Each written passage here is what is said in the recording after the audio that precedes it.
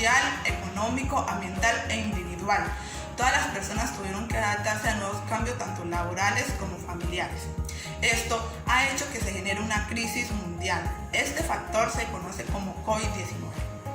Según la OMS, el COVID-19 es una enfermedad respiratoria causada por el coronavirus. De esto no se tenía conocimiento hasta el año 2019. En el mes de diciembre, en la ciudad de Wuhan, China, se encontró el primer caso.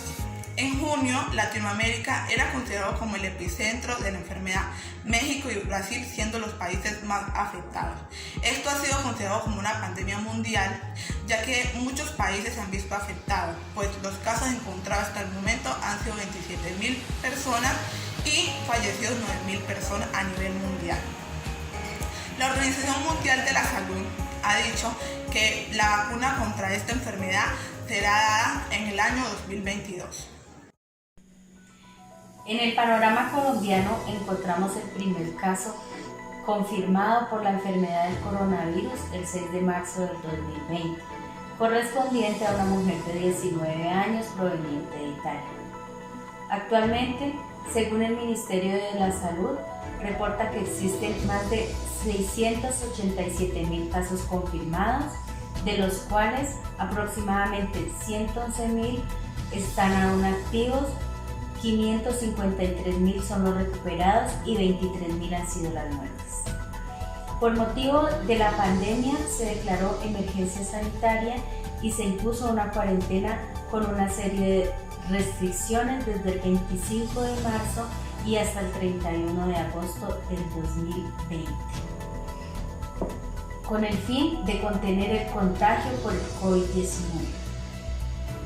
Lejos de conseguir este objetivo, la cuarentena en cambio logró hacer notar la más desgarradora realidad en la que vivimos sumergidos. Familias enteras en las mismas condiciones, sin un salario y llevando el sustento a sus casas con el dinero que consiguen en el rebusque. En este sentido, es pertinente el abordaje de las temáticas vistas en el módulo Análisis Sociopolítico y Psicología de la Liberación.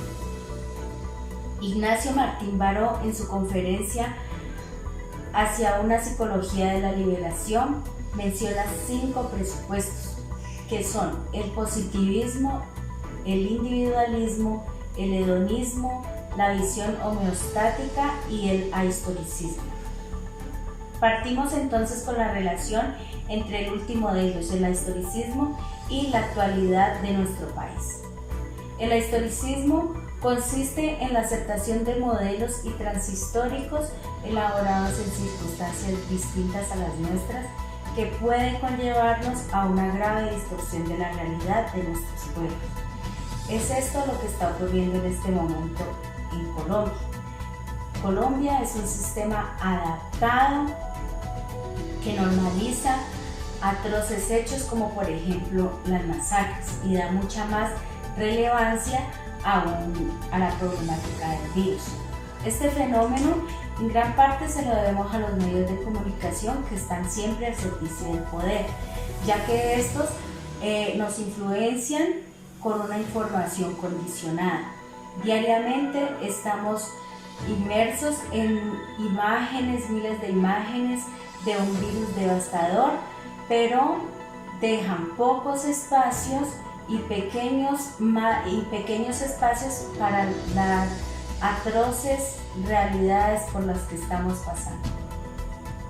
Pandemia, Enrique Dussel refiere: el ser humano no actúa bajo las leyes de la naturaleza, sino que tiene la libertad de cometer actos en contra de la naturaleza. Es así como relacionamos al ser humano como un ser autónomo y destructivo, la cual no hace pautas, sino que arrasa con todo lo que hay en su camino. No evoluciona para generar nuevas cosas, sino que al contrario, es destructor de su propia vida. Esto nos lleva a plantearnos una gran reflexión y a generar una conciencia tanto individual como colectiva. Tal vez el COVID-19 es un grito de la naturaleza que ha perdido su perfección y necesita placar la mano de este ser humano que en su afán por poseer cosas no mide las consecuencias.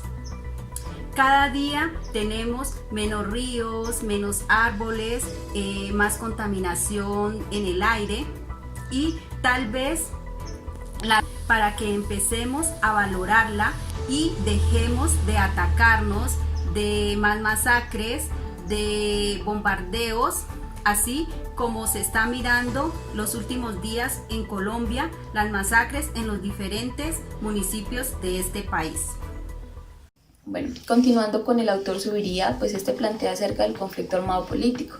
Este autor se plantea unos desafíos en Colombia. Primero, el sentido para qué estudiar el conflicto, es decir, que es la clave de toda pregunta. ¿Para qué estudiar el conflicto? Resaltando que es de gran importancia que podamos hacernos este tipo de preguntas, ya que si tenemos claridad para qué se investiga el conflicto, pues así mismo podremos saber cuáles son las problemáticas que aquejan en nuestro país y por ende pues buscar unas alternativas que puedan ayudar al mismo.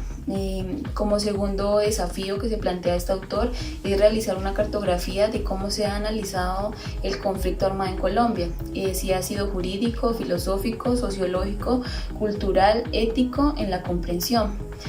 Como tercer desafío que se plantea el autor es de gran importancia, el cual digamos es enseñado por el padre Manuel, que en Colombia hay muchas aproximaciones que intensifican el conflicto y otras que se pretenden disminuir y buscan un cambio al conflicto armado, pero hay otro tipo de seres humanos que solamente buscan el poder político, el poder económico sin digamos mirar las consecuencias que puede traer digamos conseguir esto.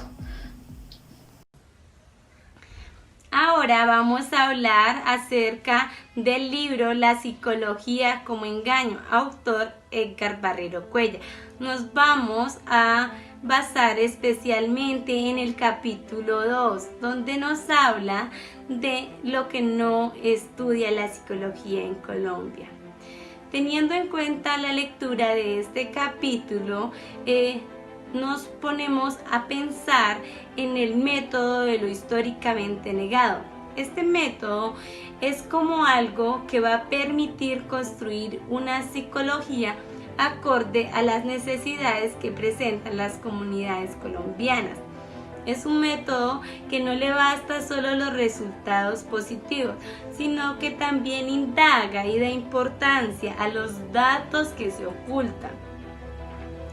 Teniendo en cuenta esto, se confirma el método que nos permite evidenciar pues, que hay muchas áreas de intervención en salud integral, como lo es la psicología, que se ha enfocado pues, en dar importancia a las afecciones que se presentan actualmente pues por la pandemia, pero ha olvidado otras problemáticas como lo son masacres, asesinatos de líderes indígenas, corrupción, pues son eventos catastróficos y dolorosos que la psicología y el gobierno pues ha olvidado.